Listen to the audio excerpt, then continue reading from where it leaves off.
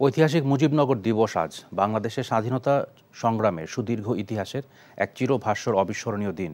দিবসটি উপলক্ষে সকালে ধানমন্ডি ৩২ নম্বরে বঙ্গবন্ধুর প্রতিকৃতিতে ফুল দিয়ে শ্রদ্ধা নিবেদন করেন প্রধানমন্ত্রী শেখ হাসিনা।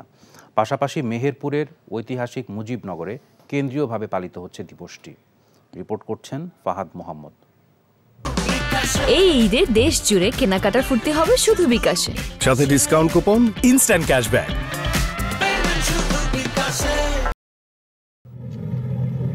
১৯৭১ সালের এই দিনে কুষ্টিয়া জেলার তদানীন্তন মেহেরপুরের বৈদ্যনাথতলার আম্রকাননে স্বাধীন সার্বভৌম গণপ্রজাতন্ত্রী বাংলাদেশে প্রথম অস্থায়ী সরকার গঠিত হয়।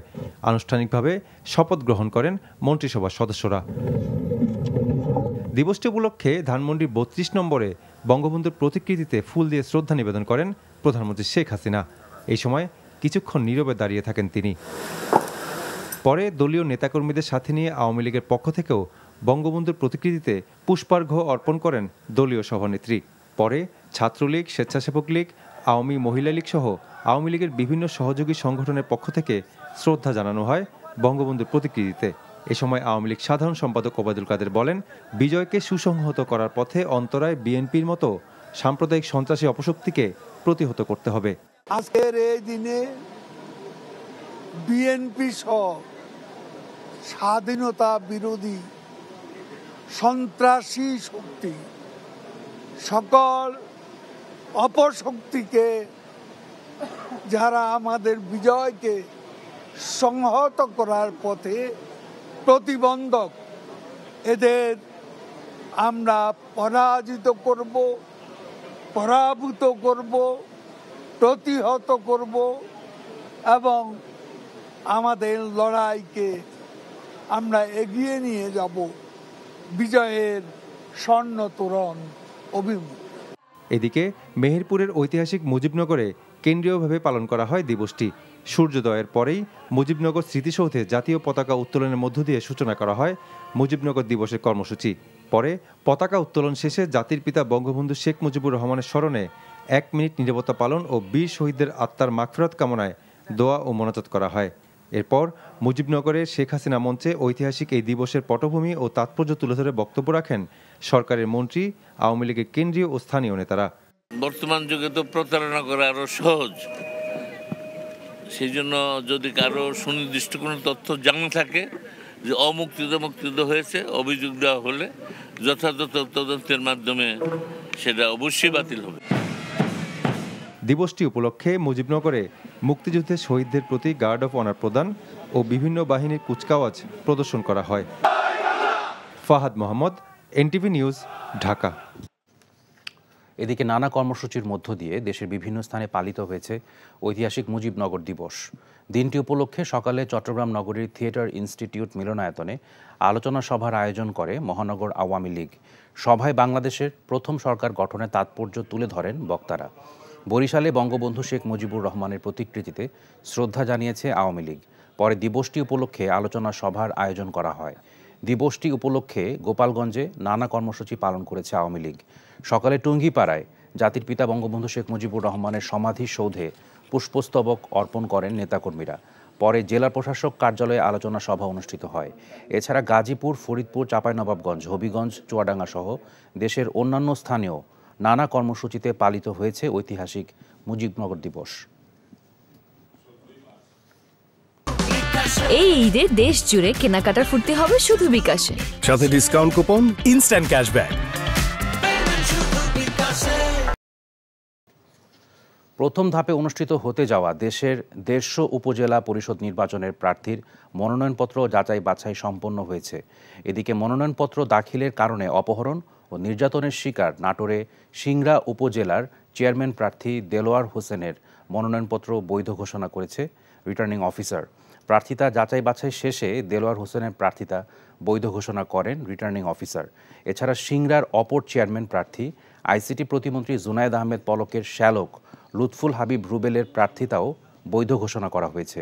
তবে নাটোর সদরের চেয়ারম্যান ও ভাইস চেয়ারম্যান পদে 2 জন, নলডাঙ্গা ও সিংড়া উপজেলার 3 ভাইস চেয়ারম্যান প্রার্থীর প্রার্থিতা বাতিল করা হয়েছে, আর নলডাঙ্গার 1 চেয়ারম্যান প্রার্থীর প্রার্থিতা স্থগিত করা হয়েছে।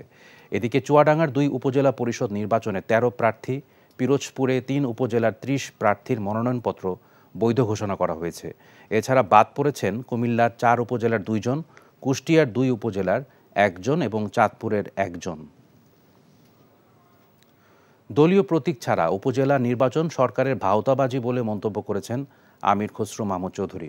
বলেছেন, জাতীয় নির্বাচনের পর নৌকা মার্কা নিয়ে জনগণের কাছে যাওয়ার সাহস না থাকায় দলীয় প্রতীক ছাড়া স্থানীয় সরকারের নির্বাচন করতে হচ্ছে ক্ষমতাসীনদের। জাতীয় প্রেস ক্লাবে জেএসডি আয়োজিত আলোচনা সভায় এসব কথা বলেন তিনি। আমির খসরু বলেন, সরকারের দুর্নীতি লুটপাটের খেসারত উচ্চ মূল্যে দিতে হচ্ছে জনগণকে।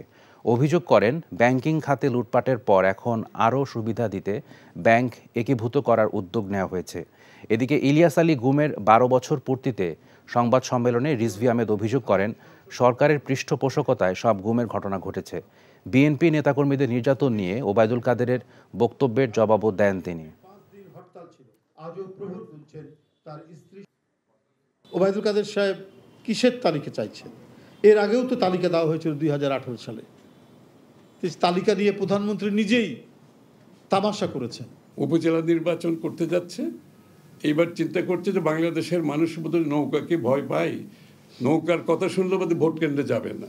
এবার নৌকা বাদ দিয়ে দিছে, মানে তাদের নৌকা নিয়ে জনগণের কাছে এখন আর যাওয়ারও সাহস নেই। আরেকটি নির্বাচন করতে যাচ্ছে, ভাওতাবাজির নির্বাচন। আরে নৌকা তো বাদ গেল বুঝলাম, আর ভোট চুরির প্রকল্প তো সম্পূর্ণভাবে রয়ে গেছে। আগামী সপ্তাহে ঢাকার তাপমাত্রা 42 ডিগ্রি ছাড়াতে পারে এমন শঙ্কার কথা জানিয়েছে আবহাওয়া অফিস। বলা হচ্ছে, বাতাসে জলীয় বাষ্প বেশি থাকায় তাপমাত্রার তুলনায় গরম আরও বেশি অনুভূত হচ্ছে। সেই সাথে রাজধানীর বায়ু অস্বাস্থ্যকর হয়ে উঠেছে। এদিকে আজ মৌসুমের সর্বোচ্চ তাপমাত্রা রেকর্ড করা হয়েছে চুয়াডাঙ্গায় 40.7 ডিগ্রি। ঢাকাসহ মোট 56 জেলায় বয়ে যাচ্ছে তাপপ্রবাহ। এর বাইরে রয়েছে রংপুর বিভাগের 8 জেলা। মেজবা হাসানের রিপোর্ট। বৈশাখের প্রথম সপ্তাহ না যেতেই তীব্র তাপদাহে পুড়ছে মানুষ। গরমে অতিষ্ঠ নগর থেকে গ্রাম, সব জনপদের বাসিন্দা। ফাঁকা এই তিলোত্তমা নগরীতে কাঠফাটা রোদের সাথে বাতাসও অস্বাস্থ্যকর। তাই তো অল্পতেই হাঁপিয়ে উঠছেন সব বয়সী মানুষ। বিশেষ করে যেন ভোগান্তির শেষ নেই নিম্ন আয়ের মানুষের। বৈশাখ আসছে আর একটু গরমটা বাড়ছে, কষ্ট হচ্ছে, আবার লোকজন একটু কমই। গরমের অবস্থা খারাপ, যে গরমে থাকায় মুশকিল।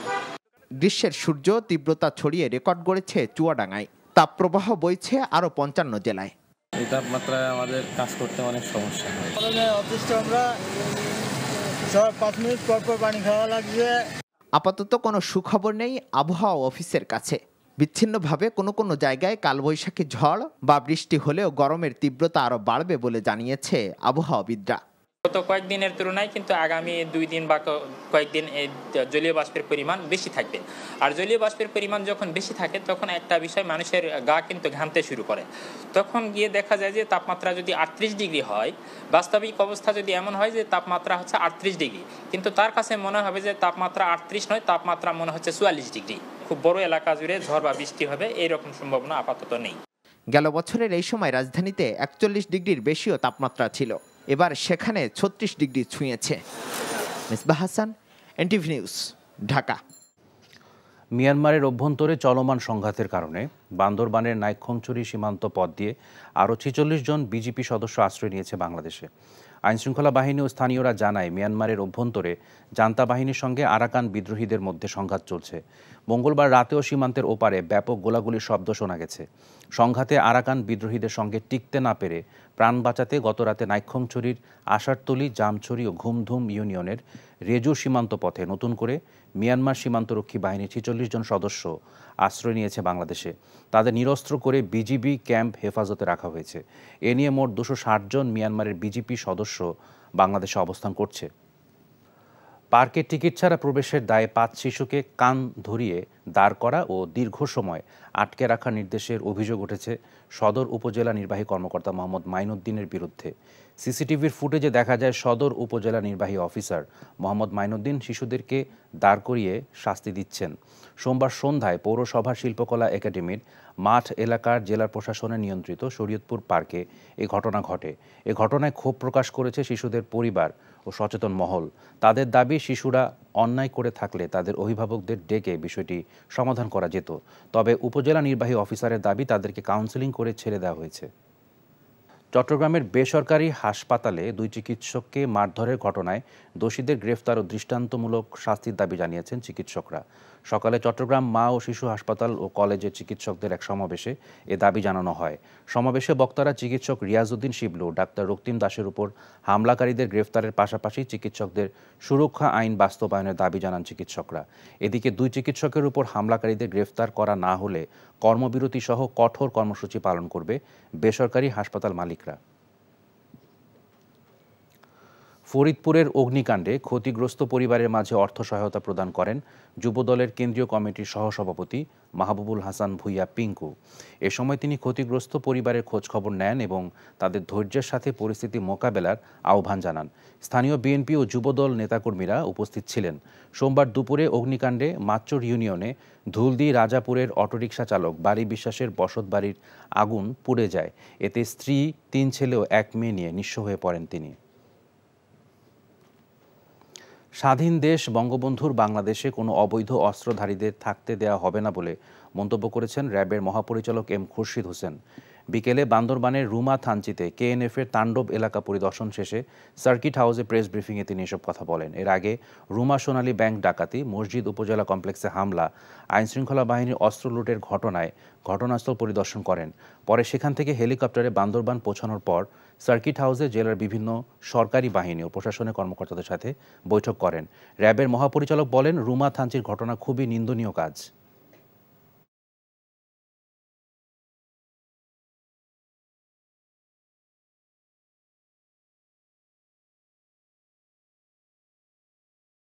স্বাধীন দেশে এ ধরনের অবৈধ অস্ত্রধারী এটা কোনো অবস্থাতে আমরা মেনে নিব না। এরা যতক্ষণ না পর্যন্ত শান্তির পথে না আসবে, আমাদের এই যৌথ অভিযান অব্যাহত থাকবে। ভারতের লোকসভা নির্বাচনের কারণে পঞ্চগড়ের বাংলাবান্ধা, লালমনিরহাটে বুড়িমারি স্থলবন্দরের কার্যক্রম 3 দিন বন্ধ ঘোষণা করা হয়েছে। এতে করে আজ থেকে 19 এপ্রিল পর্যন্ত স্থলবন্দরের পণ্য আমদানি রপ্তানি এবং যাত্রী পারাপার বন্ধ থাকবে। এর আগে জলপাইগুড়ির জেলা ম্যাজিস্ট্রেট শামা পারভিন স্বাক্ষরিত একটি চিঠি প্রেরণ করেন। বাংলাবান্ধা স্থলবন্দরের ইমিগ্রেশন ওসি অমৃত অধিকারী বিষয়টি নিশ্চিত করেন। আগামী 20 এপ্রিল থেকে বন্দরের কার্যক্রম স্বাভাবিক হবে বলেও ইমিগ্রেশন পুলিশের পক্ষ থেকে জানানো হয়। দৈনিক প্রথম আলো, কালের কণ্ঠ পত্রিকার সাবেক প্রধান ফটো সাংবাদিক, ডকুমেন্টারি ও চলচ্চিত্র নির্মাতা ফিরোজ চৌধুরীর 13তম একক আলোকচিত্র প্রদর্শনী রংপুরে শুরু হয়েছে। বঙ্গবন্ধু শেখ মুজিবুর রহমানের 105তম জন্মদিন উপলক্ষে সকালে রংপুর পাবলিক লাইব্রেরি মাঠে 5 দিনব্যাপী এই আলোকচিত্র প্রদর্শনীর উদ্বোধন করেন জেলা প্রশাসক মোবাশ্বের হাসান। এ সময় উপস্থিত ছিলেন পুলিশ সুপার ফেরদৌস আলী চৌধুরী, প্রধানমন্ত্রীর সিনিয়র ফটোগ্রাফার SM গোর্কি, প্রদর্শনী উদযাপন কমিটির আহ্বায়ক আশিক ইকবাল। প্রদর্শনীতে 130টি ছবি স্থান পেয়েছে। প্রদর্শনী চলবে আগামী 21 এপ্রিল পর্যন্ত।